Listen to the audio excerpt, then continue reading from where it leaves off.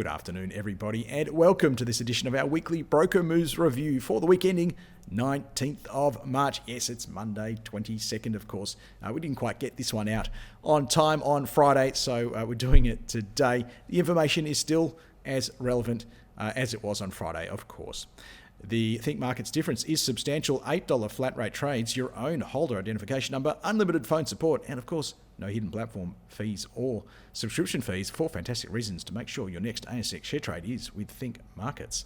The agenda for today is to go through all of the key broker moves from last week, all of the ratings upgrades and downgrades, price target increases and decreases, and then we'll have a look at a few stocks of interest.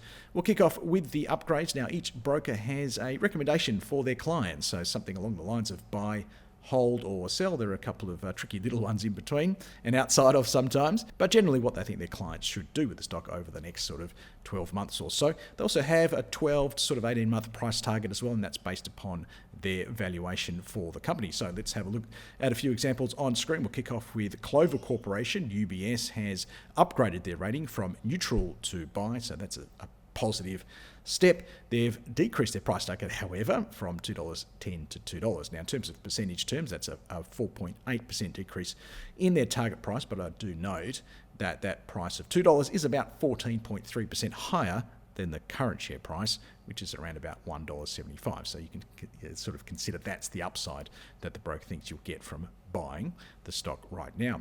Looking down the list, we've got JP Morgan on Telstra. They've gone from accumulate to a buy. Now, accumulate is obviously better than a hold to start off with, but buy is an even stronger conviction rating there. They have also increased their price target by 8% to $4.05, and that's about 25% above the current Telstra share price. Have a look at BWP Trust. We've gone from sell to neutral there, so fairly flat, and the price target not changing at UBS. UBS also on Goodman Group there from neutral to buy. Didn't change the price target though, and there's still about 8.9% seen to the good on that one. Qantas, it's a stock we have a buy on here at Think Markets, so nice to see Macquarie coming around to our way of thinking. They've gone from neutral to outperform. They've also increased their price target from $5.05 to $6.35. That's a whopping 25.7% increase, and there's still about 19% upside seen in Qantas. Credit Suisse on Ridley Corporation, they've gone from neutral to outperform. A nice jump up in the price target there, around about 35%, but that's roughly where the share price is now, so not a lot of upside seen from here. Woodside Petroleum, UBS and Citigroup quite active in the energy space this week. We'll talk about that when we get to stocks of interest, but for now, Woodside's gone from neutral to buy at UBS, and the price target also up 2.5% with about 9% seen left to the upside. Having a look at the broker downgrades for this week, Boral at JP Morgan has gone from hold to lighten. The price target's gone up very slightly though, about 2%, but that price target is actually below the current share price. So JP Morgan expecting the current share price to fall back by about 9% to their target. Stockland Group at UBS went from buy to neutral. 450 target retained, about flat to the current share price. And then Morgan Stanley on Flight Centre Travel Group, they've gone from equal weight to underweight and retained their 1750 price target, and that's about 12% below where the share price is right now. So some downside seen on Flight Centre from Morgan Stanley. Checking out the price target increases now. So here ratings were held, but price targets went up. Aventus Group, that's a small one there, 5%. Let's look down the list and find some of the bigger ones. So Qantas at Macquarie, we did actually already talk about that one, but nearly 26% up on that one, 90% to the upside. Ridley Corporation, we've actually talked about that one as well. Both of those were upgrades. 35%. Looking elsewhere in the list, look, it's all pretty quiet. A nice one for Telstra. We've talked about that one also, haven't we? In terms of upside left in the system, well, Galaxy Resources at Citigroup, we're seeing still about 27% upside, but only a neutral rating on that one. Crude Energy, this is a pretty good one.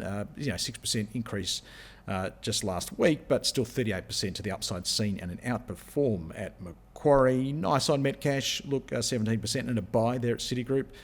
Overweight on 9 entertainment holdings from Morgan Stanley with still 20% to the upside on that one. Overweight on Nitro Software, nice, 43% seen on that one from Morgan Stanley. Origin, 19% there and a buy from UBS.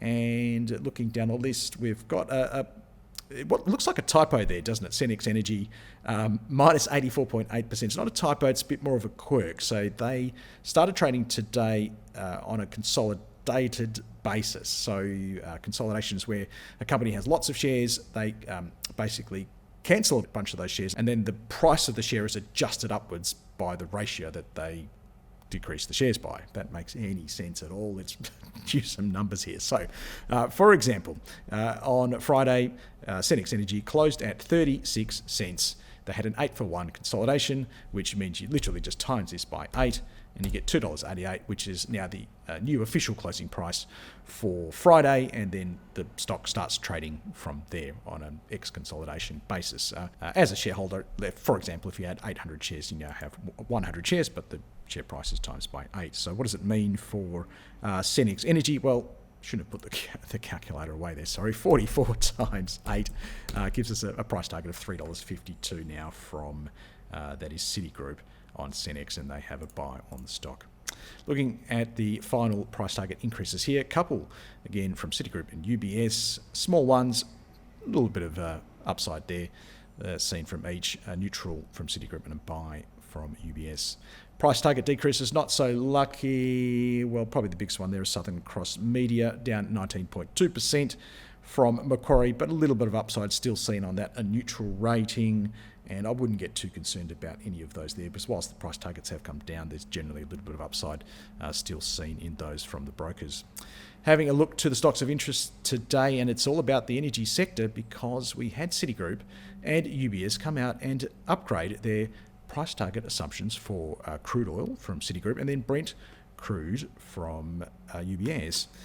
Let's have a look at the numbers. So $59 was the previous crude oil assumption from Citigroup. They've gone to $64 for 2021, and UBS, they're looking at Brent crude, and they've gone from 57 up to 65.50 for 2021, and then from 60 to 62 for FY 22. But very positive, I think, for energy companies to see that happening. And when you have an increase in their major commodity, obviously earnings are going to improve, and therefore the brokers come out and change some of those earnings estimates as well. So we're looking at a bump up in earnings for 2021 by 7%, and also the same for FY22 there from Citigroup on Beach Petroleum.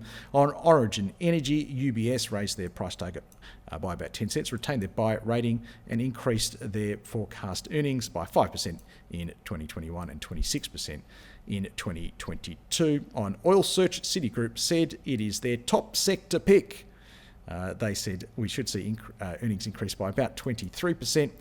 Don't get too excited though, because UBS said it is their least preferred sector pick, but did upgrade earnings by 10% and 50% respectively for 2021 and 2022.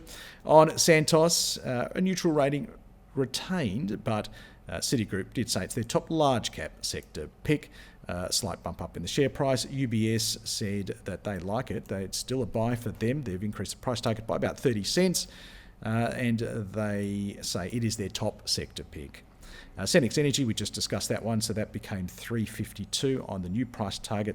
Citigroup are a buy, and they reckon we're going to see an 8% increase in 2021 and 11% increase in 2022. Woodside, we just discussed that one also, so very quickly here, 5% upside in earnings for 2021 and then 14% for FY22. And UBS on Woodside, well, they upgraded, did they, from neutral to buy.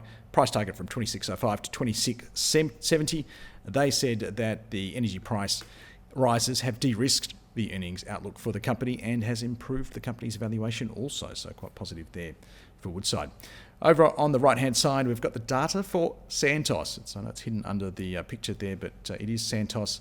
And the brokers are saying buy, basically. So 2 strong buys, 6 buys, 5 holds, just the 1 sell. We've got a mean broker target of 765, which will probably go up because we've got some increases coming through here that take a few days to filter through the system. Compared to 715, that's not too bad, and as we said, it will go higher.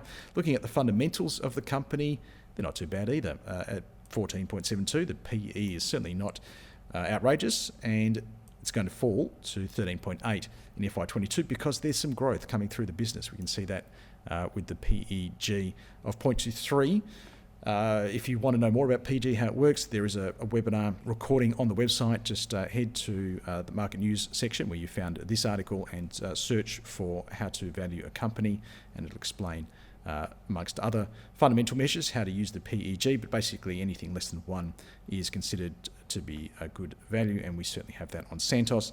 Dividend yield is going to improve, not fantastic, but it is improving. Price to free cash flow is very good, so there's plenty of cash coming through the business. That helps. Return on equity isn't terrible, but not fantastic either. But overall, look, I'm going to give that one a tick. There's definitely a tick here, and we don't have the Santos chart on screen, but it is looking pretty good at the moment, so I'm happy to give the chart a tick.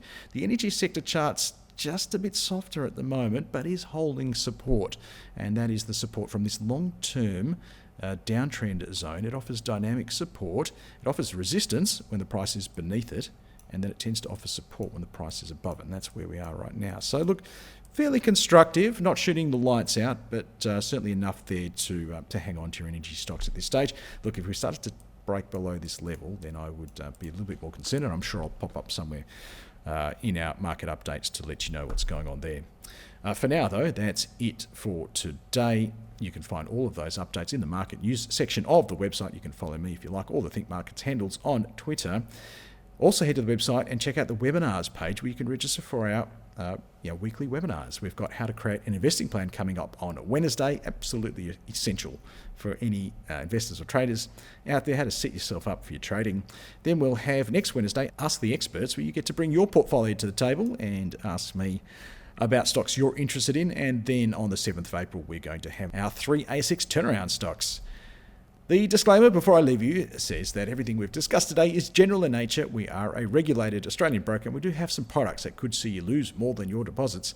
So before you do anything with us, please read this disclaimer carefully, or please give us a call for more details. Well, that's it for me today. It's been a pleasure chatting with you. All the best for your trading. Until we catch up again, bye-bye for now.